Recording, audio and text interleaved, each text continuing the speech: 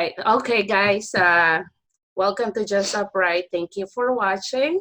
And today we're going to have interview these four lovely ladies. Give me their time to be interviewed. And the main theme of the interview is how are we doing as therapists in the U.S. in the midst of the COVID pandemic. Okay, so we're not disclaimer, we're not going to name any company. This is not for us to discuss the protocol that the company is doing right now.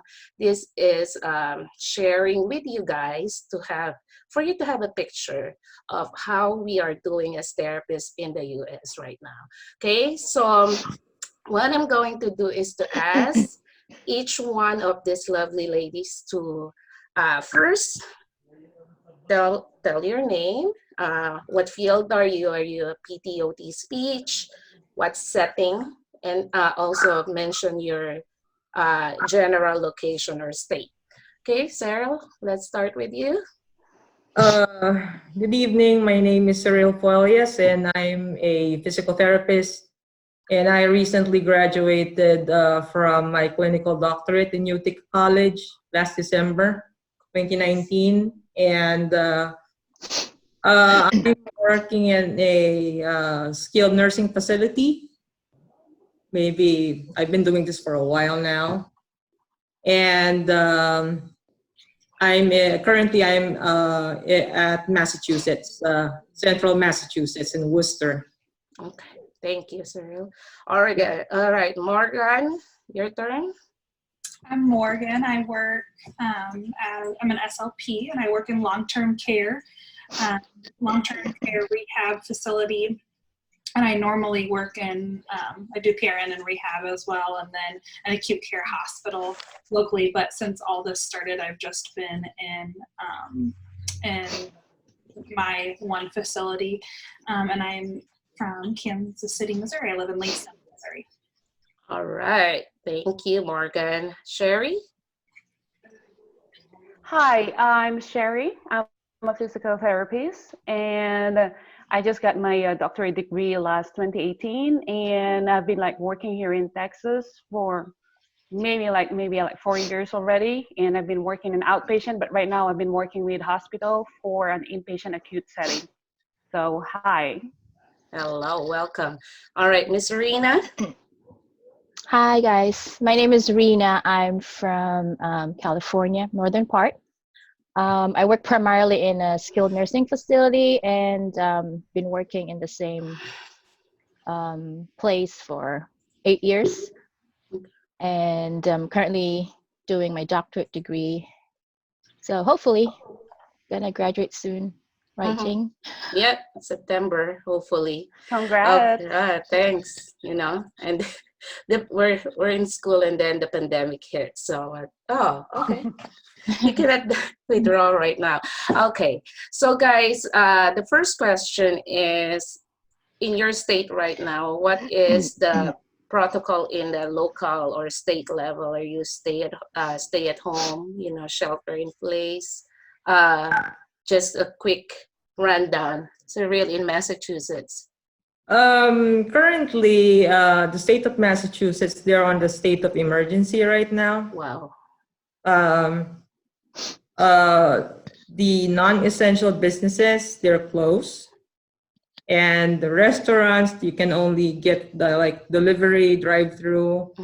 The rest are closed.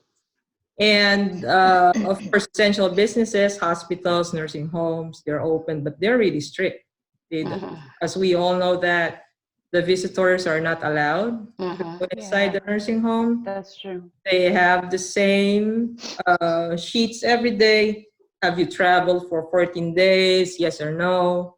They keep on changing from oral to, they have the digital thermometer just to check, because you can't lie to them.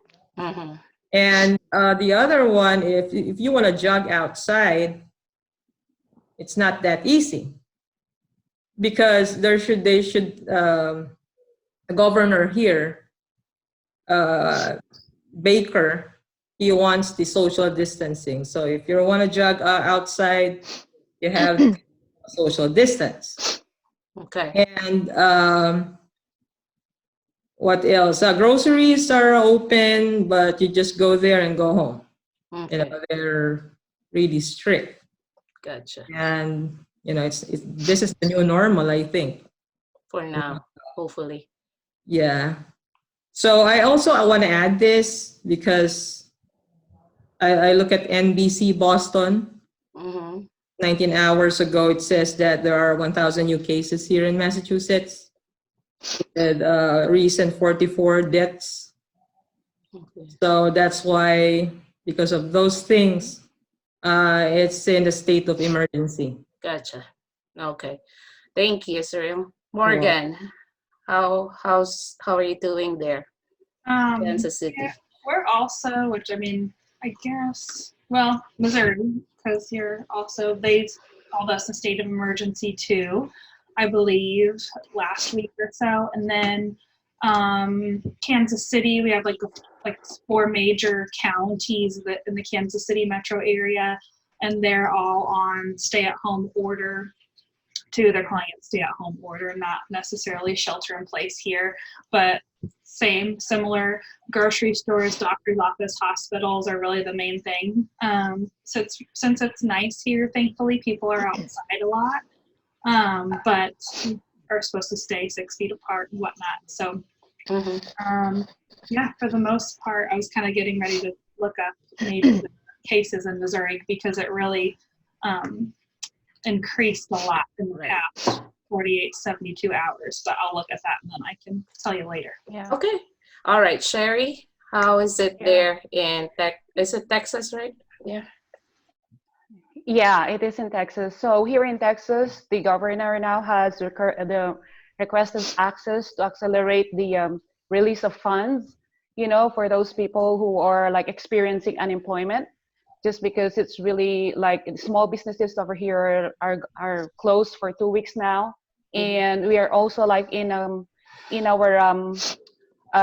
local level, what we do as a measure to flatten the curve is that to slow the spread of COVID-19 is for us to stay home and work safe order. So everybody has to stay home and only necessary things should be done that you have to go out. So there's an order regarding the occupancy of premises. Like if it's necessary, you can travel, but if it's not necessary, you have to stay home and to have the social distancing, which is 6 feet. Actually, here in what I notice is that whenever you go to the stores or grocery stores, because grocery stores are still open, but they have like different time already where they can open. So what they do is that they really have like 6 feet distancing. Like you have to really like they have that points where you can go, and then you cannot like really have to be near a person, so Gotcha. they're doing that. Yeah. And also like for healthcare workers, you need to show your ID whenever you are outside, just because it's necessary for you to go to work. But for those people who are not really necessary to go to work, they have to stay inside the house. Gotcha. And so that's what they're doing right now, just to flatten the curve and just to be able to, not to spread the virus. Gotcha. Okay, Rina, your turn. Yeah. California. So yeah, here in our county, we have been told to shelter in place since March 17, I think like 2 weeks ago.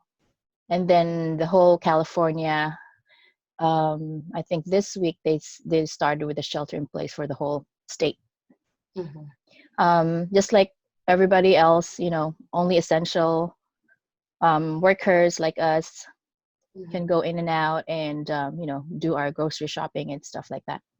Also, they're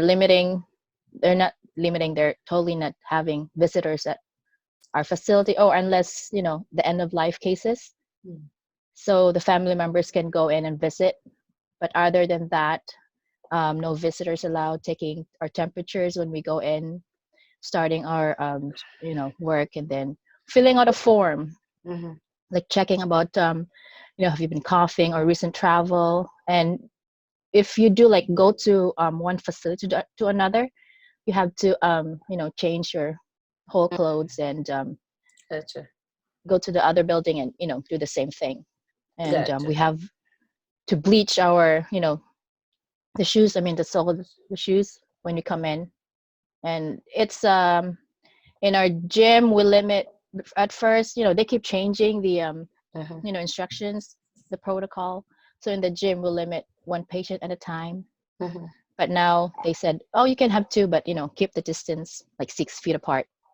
Gotcha. But mostly it's been like bedside treatment and gait training. It can be done in their hallway and then back to True. their rooms. So Yeah, basically it's the same here in St. Louis, just like what you guys said.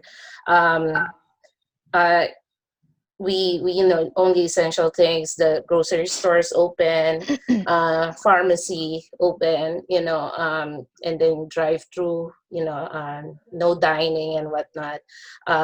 Yeah, and I think the facilities are doing whatever they can to really, prevent or decrease the risk of spreading this deadly virus. So, but I'm glad that all of you guys are staying safe. And, we are blessed to still be working. I know some people will Correct. disagree and say, you should not be working, you're putting somebody at risk. But, I think just like APTA and the other, body associations doing, you have to really use your judgment. And I think it's gut instinct, whether you're really putting your family in danger or not. It's a judgment call for each and every one of us. So okay, so how does the COVID-19 affected your job did it case your hours, your caseload? What is the direct effect on you in job in general? Ceril. It really affected me as a traveling therapist because last Friday it was my last day. Mm, So Mm. what's happening is I even asked my manager. Sometimes we get paranoid. Like, did I do something wrong? mhm, And she talked to me. She said the census is so low now. Like in that facility to where I was working, there were two registered therapists. I'm one of them, and one PTA, and then one per diem registered therapist. But it looks like we were fighting for 15 patients. So if there will be one who should leave, that would be me because I'm a contract. They're paying for more. So my manager really explained to me why it came that way. So it's kind of hard, it has an effect, especially for the traveling therapist. But I don't lose hope, but right. finding a job and you're a traveling therapist, it will really take time, and you cannot choose where to stay. Because if they cannot find me somewhere here in central Massachusetts, I need to move near Boston, which I'm kind of afraid because there are more people there. But it's not easy, And then now I applied for a per diem, and I thought that I'm gonna start early, but they told me you can't. You'll be working on the second week of April. I said, why? It's because of the COVID-19. Mhm, We have to protect our patients, Oh. and you're a traveling therapist. We need to check on you, So they're trying to prevent, and what they're trying, this another company to where I want to work per diem, they want to check like, okay, gonna work every Sunday, but you have to work in 3 buildings. They're making the most of you because you need to move. Okay, it looks like you need to be flexible because we want to keep you, but we want you to move from one building to another because we don't want to change staff. mhm. Mm. So Okay. it's kind of hard for a Yeah, traveling therapist because of the low census. right. Mhm. Yep. Okay. All right. Morgan, you're full time, right? Mhm. Okay. Yes, it hasn't affected our hours too much.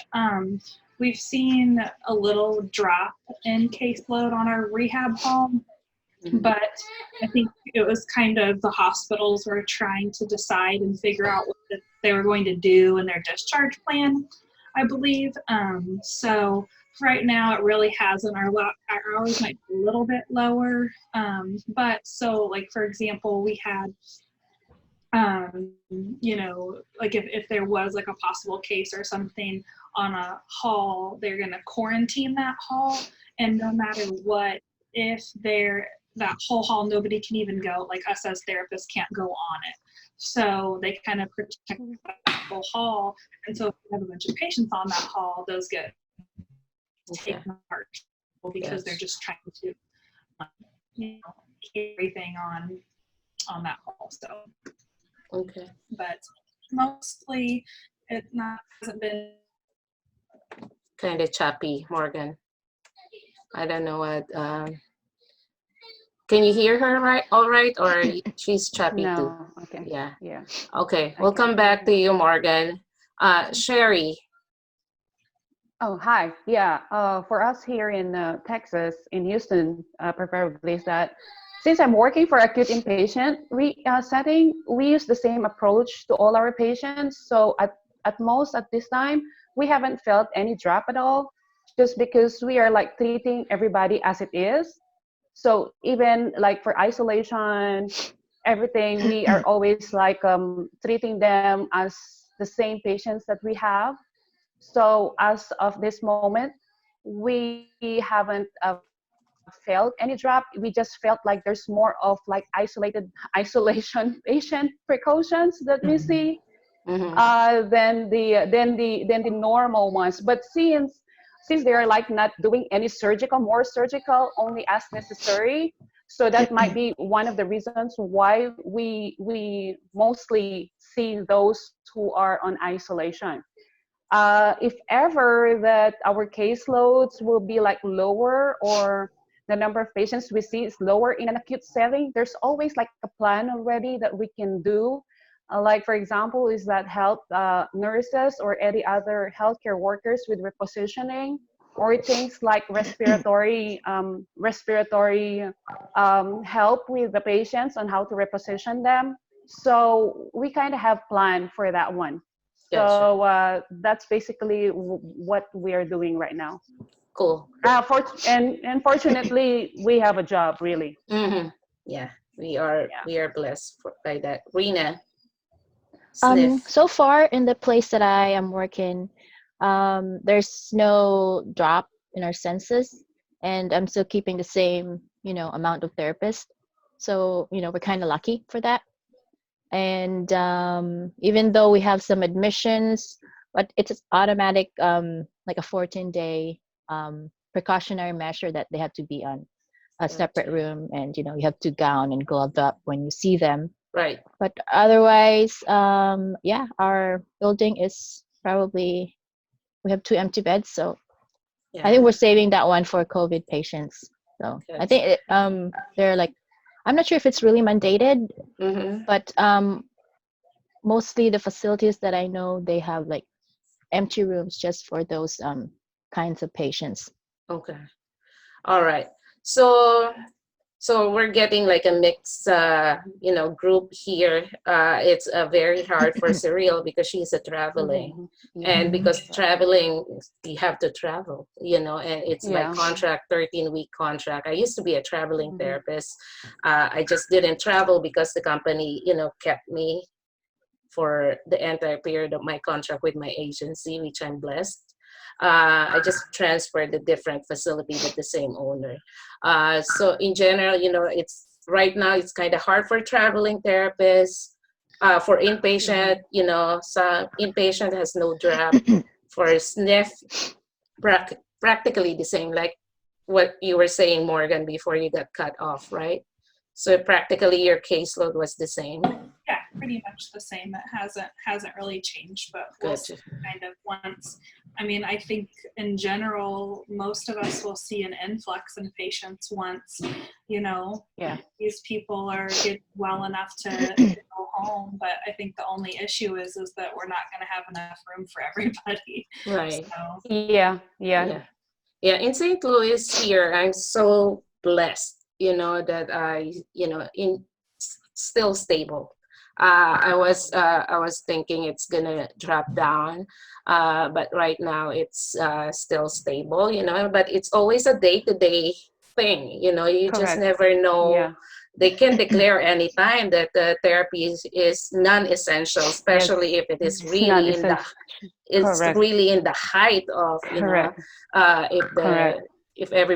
everybody's like the graph of affected people will rise up, Yeah. and to really flatten that curve, they can really lock us Mhm, down. So it's a day-to-day basis, but mhm, I believe that this is something that really is gonna pass.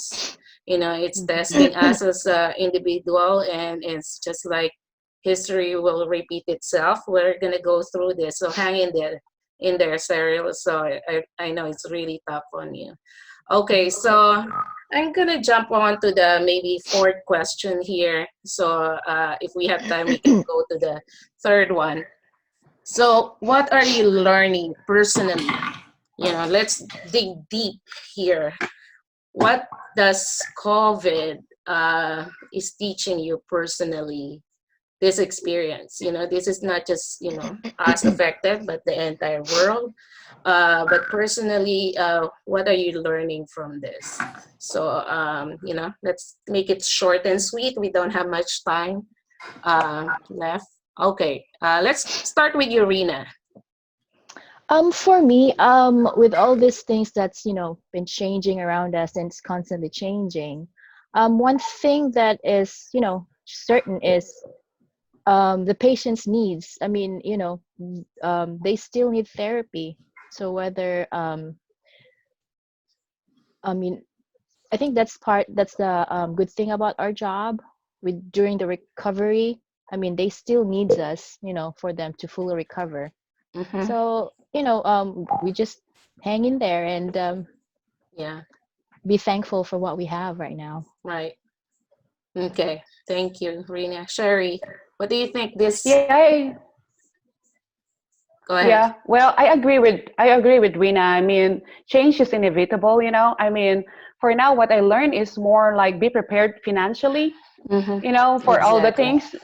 We never know what will happen. Even though we're essential right now, at this point, there are some people who are really like suffering. We're just lucky, really, that we have jobs. But we Mm-hmm. don't know until when. And the thing is that it's a scary situation. Even though that I know that I have a job, I'm always like putting myself into an exposure into something that I really don't know. Mm-hmm. So it's really a thing that I myself cannot control, and I myself cannot determine if I'm doing it right, or am I really not suffering from this. But a job is a job. I mean, you are contracted to it, you signed for it, and the good thing is luckily we have the job. But at the end of the day, you will be like telling yourself, is it really worth the job, or do I have financial money to stop doing this for now and just stay at home, but Right. it's still like your heart is still like you're a physical therapist, you need to do something right. But financially you need to be stable. That's the Right. real learning here. Good Yeah, job. that's what I Yeah. learned, really, Yeah. pretty much. Yeah. Okay. Cyril.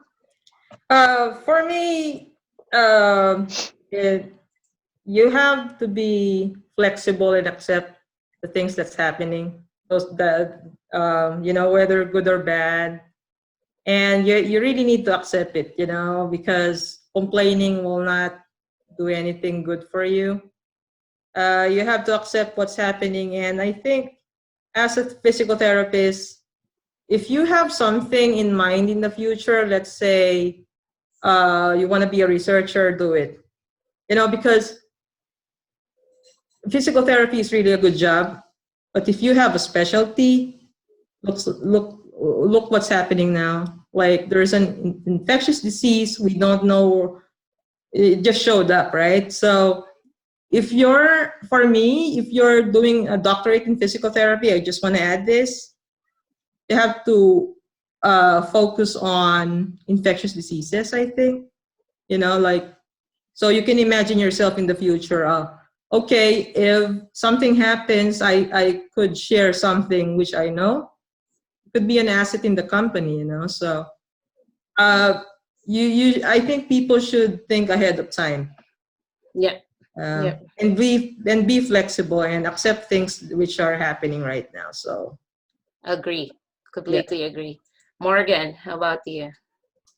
Yes, I just kind of have really been trying to remind myself, why we got into this field, why I got into this field, and how important the patients are. And, whenever you're in a long-term care setting during a time like this, it really, really shows, what impact that has on the patients and, what they have to do. Not only are they a little bit isolated anyway, and not necessarily before this, but, they're in the home. They're somewhere probably where they'd rather be in their own home, or with their family, but their family can't provide what they need. But, when something like this happens, they're even more isolated. They're in their rooms. Everybody's sad, and so we go and, I just try to make, a little bit of light, in their day, and try to make that time that I'm with them a little bit better, and, help them contact their family. And so I just, it's a really good reminder about why we got into this and,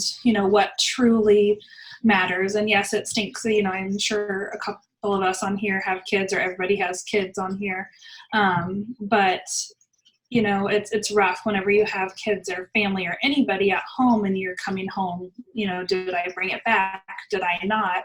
But, and that other, diseases or whatever might be different, but this, for the most part, younger people are healthier. So we have to do our best to protect the people that we serve. And that's really like kind of in the back of my mind, like what I've been telling myself is right now, they're more important. Not that they're more important than my family, but that's kind of what's on my mind, is to protect them and do my best to make sure that they're safe and whatnot. It just really is a huge change, and your mindset completely, not that we didn't feel like that before, but it's really so much more now than it was. Right. Before. So yeah, well said, Morgan. Thank you. So I just want to touch base with what you guys said. I know there was a debate in certain groups whether therapy is essential. I was thinking about this before. We might not be critical, just like the frontliners, but we are considered essential. It's been it's been documented, or it's the association release that we are essential. But we have to really focus, just like Morgan saying, maybe balance it out. It's use your judgment, your gut instinct, just like Sherry saying, do I need to stop now? Because I've seen some people who posted that I can't bring this to my family, I can't work. So it's really, assess where you are, are you in a high risk area, and I think you will be able to listen to yourself really in your gut that will say, it's time to stop for now, pick it up later, but I just want to share with you guys, the other day, I was like listening to this lady, and she had torticollis, not congenital, but she just because of the posture. And I listened to her. I taught her simple exercise, I blessed her with my book because she was like on fire to get better. And she told me, where have you been all these years? God is watching over me. So that for me is a confirmation that it's okay for me to still work right now. You know what I mean? It's like a confirmation that these people need me right now. So even though I'm not in the front line, there are confirmations every day if you're doing the right thing. And there are signs every day that will make, give you a sign that, oh, you better back up. Okay. Okay. So we got cut, but I'm just gonna re-emphasize again the financial stability. That is really, really important. My husband and I attended the Dave Ramsey Financial Peace University. If you haven't done that, that is really an awesome one to attend, because it really, we were doing good with our money. We did better after that, you know. By no means we are rich, but we don't have the debt, you know. Thank God. Hi, Ceril, welcome back. So, you know, thank God, even with my DPT class, you know, God is really providing for us. So Sherry is right. You have to be financially stable because no one foresee this happening. You know, we were doing like what, 3 weeks, 4 weeks ago, life as usual. Then bang, this hits. So if we're not really financially stable, that will really shake us up. So if there is one thing that really this one is teaching us, is really to be financially sound and be thankful. You know, for our job. I posted on Facebook. I don't know if you read that. I made like a dialogue from. It says, I said that you used to complain about me all the time. You can't get away. You can't wait to get away from me. And now that I'm gone, you want me back. So hopefully, when I return, you will treat me with more respect and gratitude. And then it's like dash work. So, you know, sometimes we complain about our work, but now that it's gone, for most people, you know, they are really, you know, wishing that the work is back.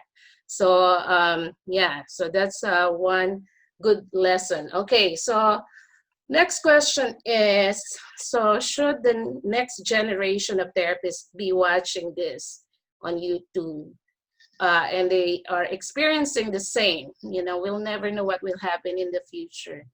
As a therapist, what will be your message for them? Rina, let's start with you.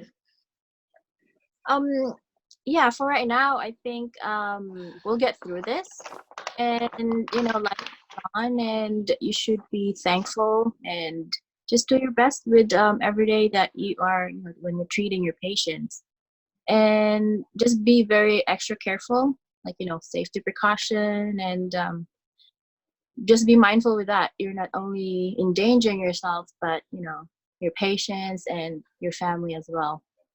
But yeah, and you did point out a very good uh, point there about, you know, being financially stable, and when you have the money, just save and save and save, and yeah, we'll get through this. Awesome.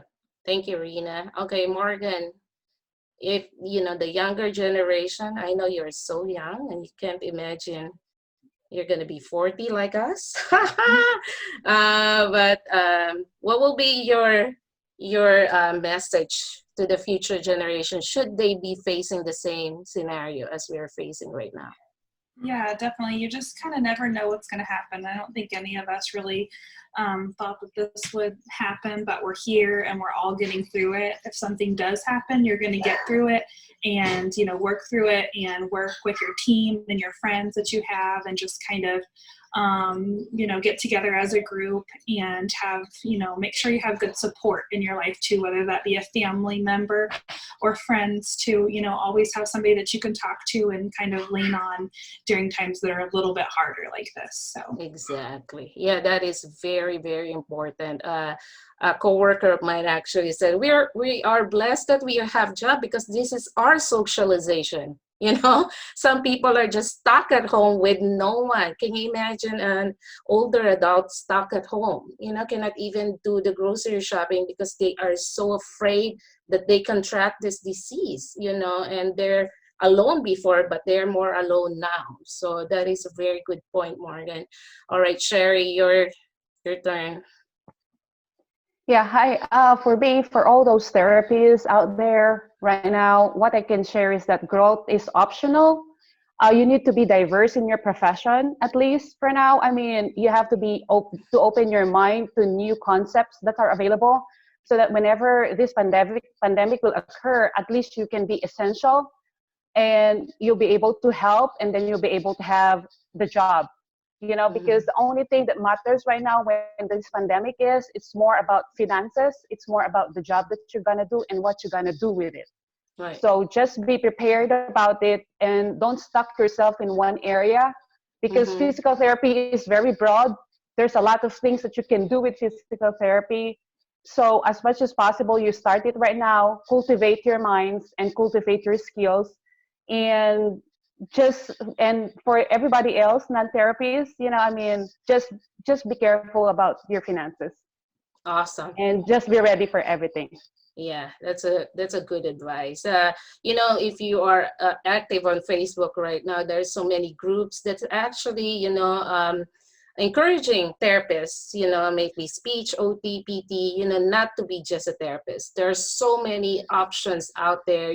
We can be educator online, a CEU, what's that? CEU, what is the word? Provide, CEU provider, a CEU provider. provider or lecturer. Yeah. So, there's so many options. You can make your own company, but, and there's so many things. So maybe, putting so many hats on different times, it will really help. Thank you, Sherry.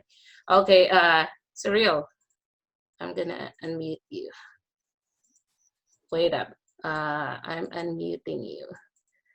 And it's not working. Can you unmute yourself? All right. I think my advice is be flexible. I know that financially stable is, that those are one of the most important things. But sometimes, it's life is very uncertain. So for me, yeah, if you're in the Philippines, you're planning to go here, you have, just like what I said, you have to think in advance, Um, if you have a specialty or something that you want in the future besides being a physical therapist, I think you should better plan for it. It will be very hard. If you want to be a PhD, go for it. You want to be like having another profession, that's fine. It's just that things can change. Just Mhm. like me, I've been serving this company, to which I'm a contract for 10 months, and then suddenly, boom, it changed. So just accept what's happening. Everything will be better later on. That's the life of a traveling therapist. But at the same time, you should have something planned. If you have an option A, physical therapist, what would be your option B? You want to be a researcher? Want to do something else? That's very important because we don't know. You could be essential in some other things. We don't know. You could be a writer. You could be like Mhm. whatever. Right. Exactly. So, I saw a post. Someone said, I think it's from the Philippines. It said, high school graduates, take note what are essential jobs right now, and because you just never know, and we never thought that this will happen, and just like everybody else is saying, we are blessed that we have a job still in the midst of the situation that most people don't have a job, and just like that, they lost the job. So what we're gathering here is, it depends where you are, your city, your location. By no means we represent the entire US, okay? This is just our personal experience as a therapist where we are. So there's no much drastic change except for traveling therapists, SNF, inpatient. We don't have an outpatient representative here, so we cannot speak for them. I know for a fact, you heard about home health. Some home health therapists are having difficulty because, we cannot really blame the patient for, taking precaution. They don't want to get sick. So I've heard some home health therapists are having difficulty securing schedule, which is understandable. It sucks, but it is understandable in current situation. What are the lessons we've learned from this talk? You have to be flexible, just like what Morgan, Ceril, Sherry is saying. You have to accept the fact what's happening right now is what it is. You cannot change it, but it helps to think outside the box, not just a physical therapist. You can write books. If you're bored, write books. Rina is a great painter. Can you see the background? She paints that when she's bored or when she cannot sleep, So maybe she can sell it sometime and make some money out of that. Being financially stable It's not just during pandemic, but all the time, because you never know when you get sick. We are blessed, we are healthy, and we can still work.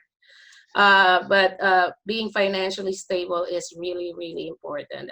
And personally, I'm a Christian, and I think what holds me my ground is really my faith. With all the craziness happening in the world right now, I have this what we call blessed assurance that God is protecting us. We're able to do our job. We are blessed to have our job, and we are blessed to have our support system. May it be our family, our friends, our coworkers. So yeah. So to whoever is watching this, we are survivors. Yeah, we are. So I'm gonna unmute you guys, and I'm just gonna ask you for your last word. Uh, okay, Rina, go ahead. You can unmute yourself. Um, okay. Last Yeah, just words.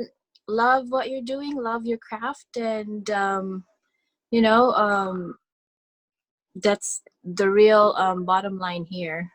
I mean, love what you do and explore other things, Mm-hmm. and like everybody said, like be flexible and stay grounded. Rina is a clinician, a painter, a singer, and a businesswoman. So just so you know, she has so many hats. She's not saying it, I'm just saying it. But she's a epitome of having more than just one. Okay, Morgan, last words?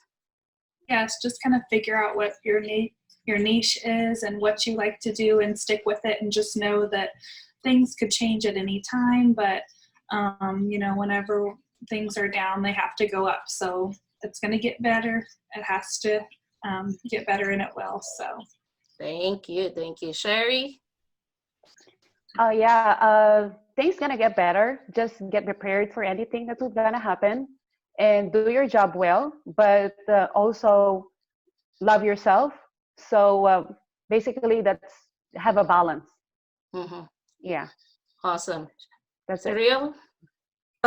For me, I think people should stay strong.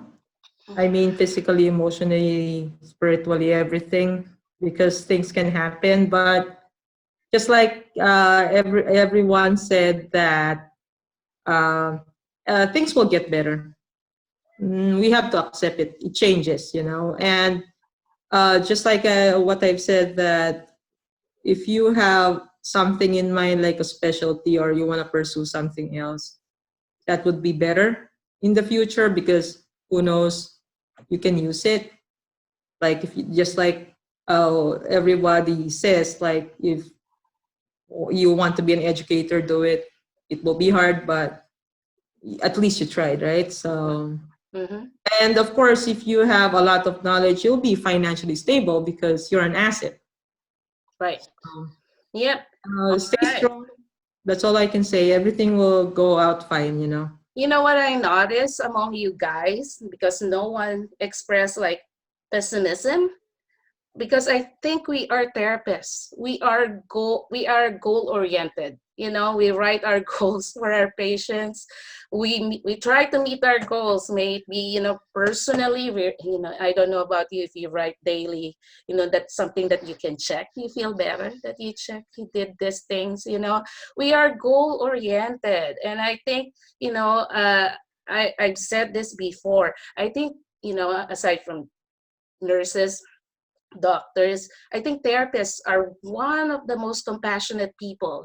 Of course, there are, you met some who are exception to that rule, but I think therapists are one of the most compassionate people in the world. We love our patients. We go to work, and it's not a separate thing. It's our life. Whoever we are at work is not like a mask that we wear. Because we love this patient, we care for them, we serve them. And I think one day I was thinking, I get paid for helping other people. How awesome is that? So what we do is life changing. And I think there was a research study, I cannot quote what research is that, but they have a list of the happiest person kind of work, and therapy is one of them, because we know in our hearts that we're doing something good each day. We're changing, we're touching lives each day. So I think, there was a scare before that we will be replaced by robots.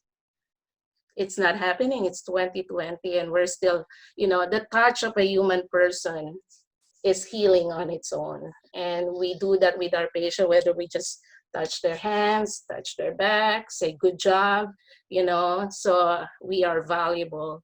And I salute you, ladies. I thank you so much for your time. I know you are busy, but you gave me this time. So I'll give you a copy. I send you a copy of this video, and whatever you say. Oh, Thank baby, you. so Thank cute. you. Oh, so cute. Look, you're going to see Mama in a few years, and you say, that's my Mama.